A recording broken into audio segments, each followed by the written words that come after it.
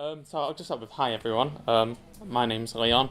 I'm 22 years old and I'm a community engagement assistant here at Chester Zoo. I'll start with addressing the elephant in the room. If you're wondering about my shoulder, for my company induction, I actually had to arm wrestle a chimp, and you can probably guess the outcome from that. So I guess I'll just go on. A little bit about me is I'm from England originally, but I've spent most of my life growing up in New Zealand.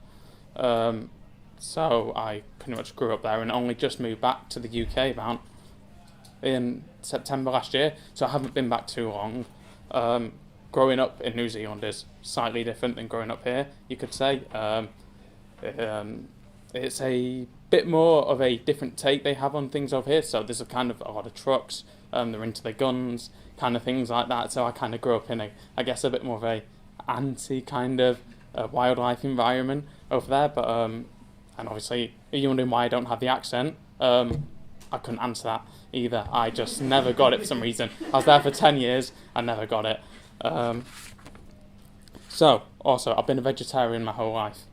Because even as a little kid, I was kind of never wanted to hurt the animals. I don't know why I thought eating meat would help, but I guess that was just kind of something ingrained in me since I guess I was a younger child.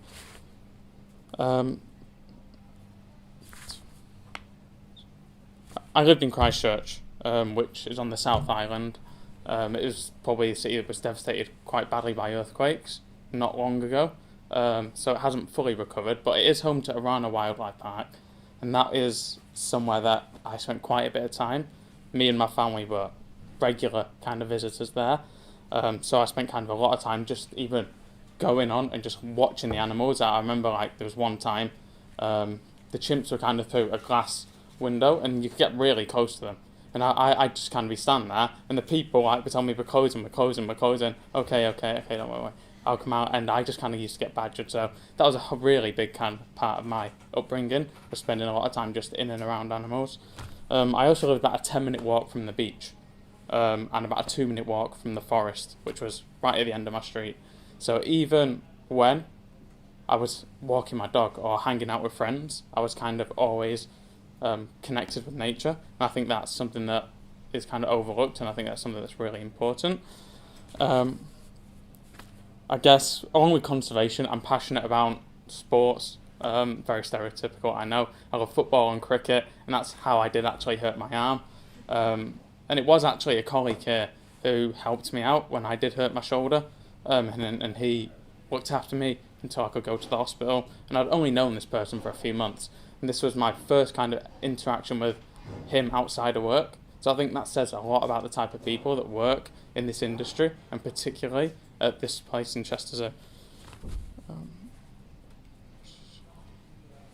I've always kind of had a passion for animals and conservation since I was a young kid, hence the weird vegetarian kind of thing I had and still kind of have. But the first thing I was really obsessed with was sharks. I used to watch so many documentaries like you wouldn't believe, and I admired my parents for any shop we went in, see if we could get kind of a shark toy of something. And there's still actually a box in my garage that I found last year when we were moving back to the UK, and it's full to the brim of just soft toys or any kind of toy. There's even a box of an old Easter egg with a shark on it, and I just don't have the heart to kind of throw it away.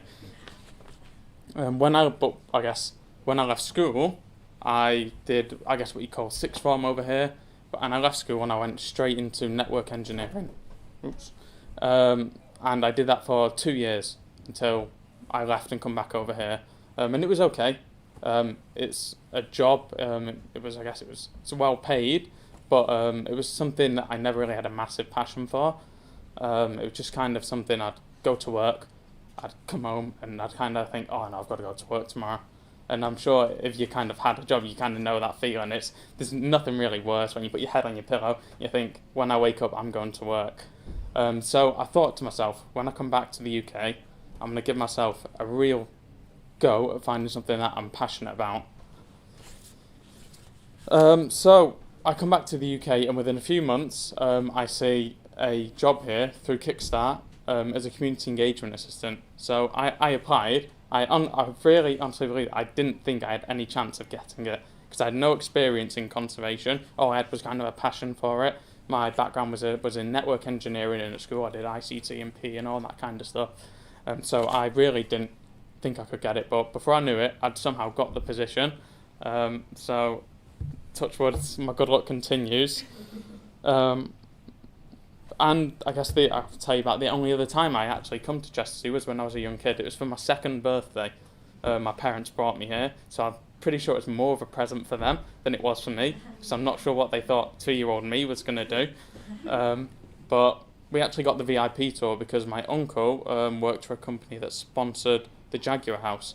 So we got a VIP tour, and my dad got to go in and kind of feed the lemurs, and there's a picture with like 2 lemurs kind of sat on him and one like pooed down his shoulder. And that's kind of like the only, I don't even remember it, but that's kind of like the only resemblance. But so when I got the job here, I kind of thought that's kind of meant to be, you know. But it was always the zoo. When I thought of zoo, it was Chester Zoo. No matter, even though I was in New Zealand, it was kind of the main thing that was kind of in my head. And I've only been here 4 months, but it feels like I've been here so much longer. The people have helped me really settle in, and there's so many knowledgeable people here, you wouldn't believe it.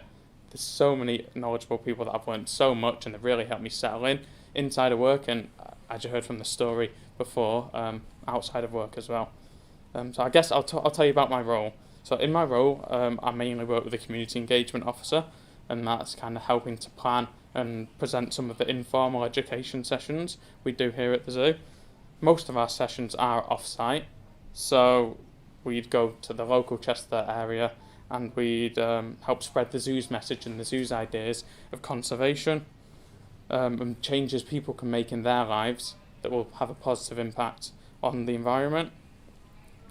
We do sessions at a wide range of locations, from after-school clubs to community centres and during the school holidays, and we even done ones at libraries where we've kind of read stories and done it there. We work with a range of different ages, from younger years and even up to teenagers, so it's always kind of varied. It's always the same message, just always kind of go about it in a different way. And it has a big focus on native wildlife and things people can do in their life to make an impact straight away. And that's whether that's building bug houses and for kids to take home and put in their garden, or making bird feeders and learning about birds and doing bird spotting. Another great thing about my role is that I get to work with other teams in our department. So I work in the Conservation, Education and Engagement department, and that's home to a whole bunch of teams, including the zoo rangers and the formal education team. And I get to kind of work with all these different teams. So I work with the zoo rangers sometimes, helping them run activities around the zoo. I get to work with the volunteer team frequently, and that's kind of when different groups come into the zoo, and I kind of tag along and kind of help where I can there. And even recently I've kind of been able to go out with the education team once or twice, and Alex actually at the back, who was there for my first time, so I can thank him for that. And I guess the other big thing I can't forget about in my job is Hedgehog Watch. Some of you may know the zoo has a huge program where, you know, you can sign up, you can take a camera trap home, put it in your garden, and you can kind of see what it's about there for about a month, and you can see what pictures you get, and then we'll take it back at the end and we'll go through all the pictures, and we'll put them in the spreadsheet, and we'll kind of note down all the kind of species of native wildlife that were spotted, specifically looking for hedgehogs, but we don't always get just hedgehogs. We get a lot of foxes and a lot of birds, and a lot of blackbirds in particular. So I guess, so as you can see in my role, I'm kind of always getting to experience different things and build my experience in so many different areas. And it's truly, I guess, a privilege to see all the different things in the department and what they do, and how each one has a different effect. But I can't finish this part without, I guess, talking about the thing I had the chance to work on a couple of months back, was the Wildlife Wellbeing Garden. And that was actually arranged by, every year there's meant to be an expedition here at the zoo where, yes, a group of people would go off, usually abroad, and kind of do some conservation work.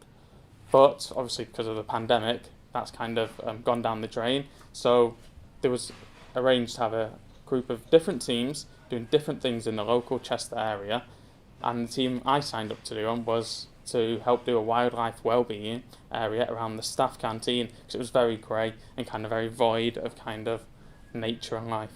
So we had meetings to start with. We drew out plans and what type of planters we'd want, what type of plants where, and what type of area we'd like to put them. We then ordered, bought them. So it was a whole process. And then when they arrived, we'd go out, we'd fill them with soil, we'd plant them, all with kind of a strategy to have some area with, it's really good for pollinators and bees, and other areas where, it's really sensory and strong smells. And it was all kind of planned out, and to see that come to fruition, I think was really nice. And it's now a really nice area, I think, for people to have a meeting, or even just when you're having your lunch, to be able to connect to nature in a different way while you're at work.